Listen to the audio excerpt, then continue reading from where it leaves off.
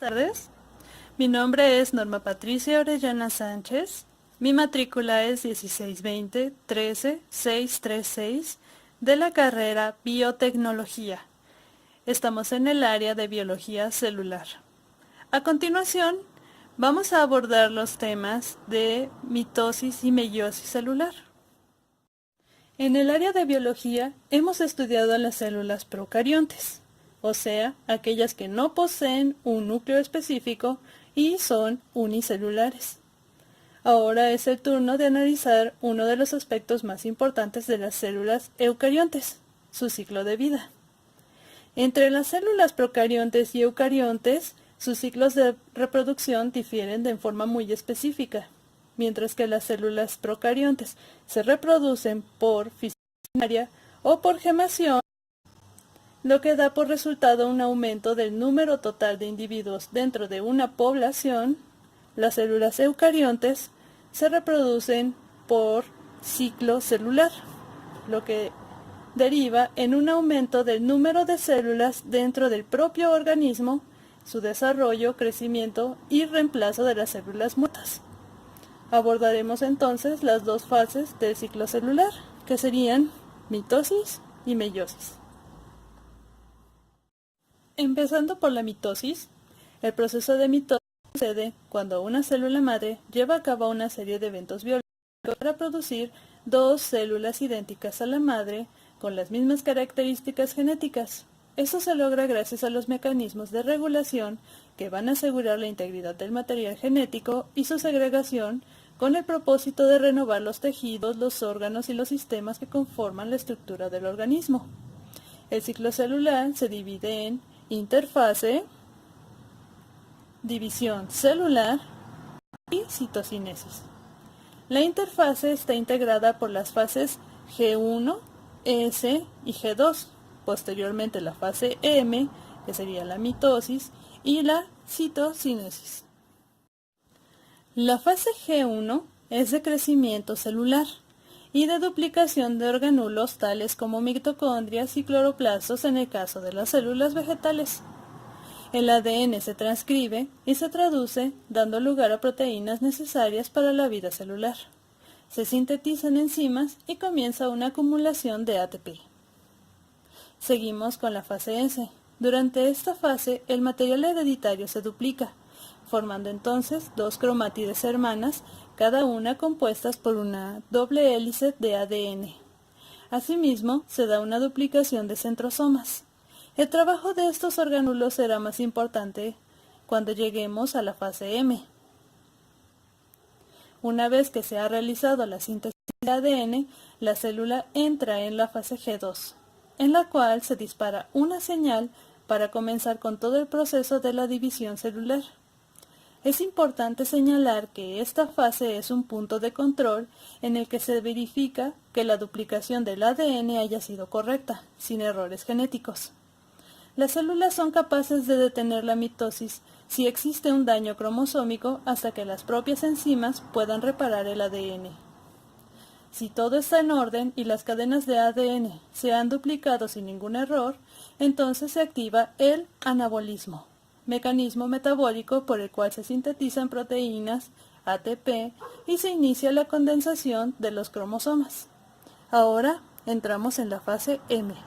Esta fase es donde las células ya han pasado por el punto de control y están plenamente preparadas para la división. A su vez, la fase M está dividida en mitosis y citocinesis. Como ya vimos, la mitosis sucede cuando la célula está completamente preparada para iniciar la división celular. Durante el proceso se van a llevar a cabo estas 4 etapas. Finalmente derivará la citocinesis, empezando por profase, metafase, anafase y telofase. Ahora vamos a entrar en la primera etapa de la mitosis, llamada profase. Una vez se ha desencadenado la división celular, la primera de sus etapas es la condensación cromosómica. Se llama de esta manera porque, como su nombre nos indica, la cromatina nuclear se va a compactar de manera que forme hebras cromosómicas en el interior del nucleolo, haciendo que sean más cortos y gruesos. Esto con la finalidad de que sean capaces de resistir el movimiento del uso mitótico. Como se mencionó anteriormente, durante la fase S hubo una duplicación de centrosomas. Estos poseen un centriolo que se va a desplazar a los polos opuestos de la célula y cada uno está rodeado por microtúbulos que forman una especie de estrella llamados ásteres. Los ásteres son los encargados de establecer los polos de la célula y estos crecen hasta anclarse con los cinetócoros de los cromosomas. Aquellos microtúbulos que no se conectaron con un cinetócoro se llaman microtúbulos interpolares. Estos continúan creciendo hasta que se encuentran y se superponen con los microtúbulos del polo contrario, quedando así un uso mitótico funcional, con tres tipos de microtúbulos: microtúbulos asterales, microtúbulos cinetócoricos y microtúbulos interpolares. Para que los microtúbulos formados en el uso mitótico puedan interactuar con los cromosomas, la envoltura nuclear debe desaparecer. Esto se hace por fragmentación y estos se convierten en vesículas dispersas en el citoplasma. En la segunda etapa de la mitosis, conocida como metafase. Una vez que el nucleolo ha desaparecido, se activa el movimiento cromosómico. Los microtúbulos del uso mitótico interaccionan con los cromosomas, haciendo que queden en el centro de la célula a través del mitócoro. Aquí, los cromosomas están más condensados. Se orientan en el plano ecuatorial del uso mitótico entre los dos ásteres, formando una placa metafásica, en la cual los cinetócoros de cada cromátide se orientan a los polos opuestos. Durante esta etapa se requiere que los cromosomas se mantengan en equilibrio, por lo que la célula requerirá de una mayor cantidad de energía. A continuación observamos la siguiente etapa de la mitosis, conocida como anafase. Ya formada la placa metafásica, los centrómeros hacen que las cromátides se desplacen a los opuestos del uso. Asimismo, los microtúbulos interpolares se alargan para separar a los cromosomas en dos grupos iguales, quedando en cada polo del uso, y estos formarán parte del nuevo núcleo de cada una de las dos células hijas. A la telofase. Esta es la etapa final de la mitosis. En esta comienza la regeneración de los núcleos de las nuevas células hijas, por lo que los cromosomas que fueron separados en cada polo de la célula son rodeados por una nueva envoltura nuclear. A su vez, los cromosomas se descondensan, reiniciando de nuevo la síntesis de RNA, y aparecen nucleolos y núcleos celulares a partir de los fragmentos y las vesículas del núcleo original. Para finalizar la división celular, las dos células hijas están listas para ser divididas y para ser individuales, con la misma cantidad de cromosomas que la célula madre y la misma cantidad de orgánulos. Para esto, se forma inmediatamente debajo de la membrana plasmática un cinturón de proteínas filamentosas, principalmente actina y miosina, que se contraen y dan lugar a un surco de división, o también llamado anillo de escisión. Este anillo se ha formado desde la anafase.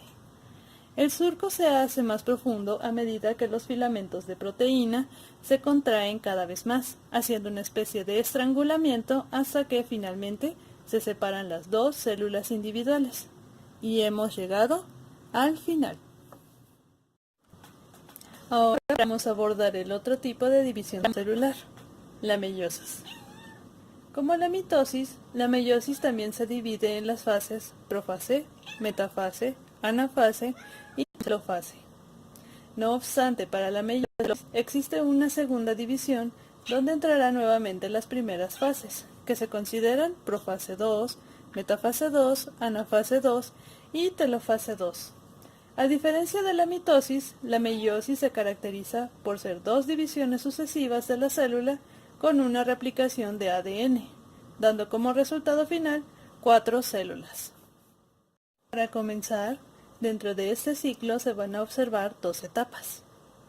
La meiosis 1, esta es la fase reductiva, en la que las células hijas poseen la mitad del material genético que las células progenitoras. En la meiosis 2, esta será la fase duplicativa, Aquí, las células hijas contienen el material genético diferente que las células progenitoras. Al iniciar la meiosis, se observa que en la primera división, la profase se va a dividir a su vez en 5 subfases, en las cuales los cromosomas homólogos se van a parear e intercambiar fragmentos de material genético. La primera subfase se conoce como leptoteno.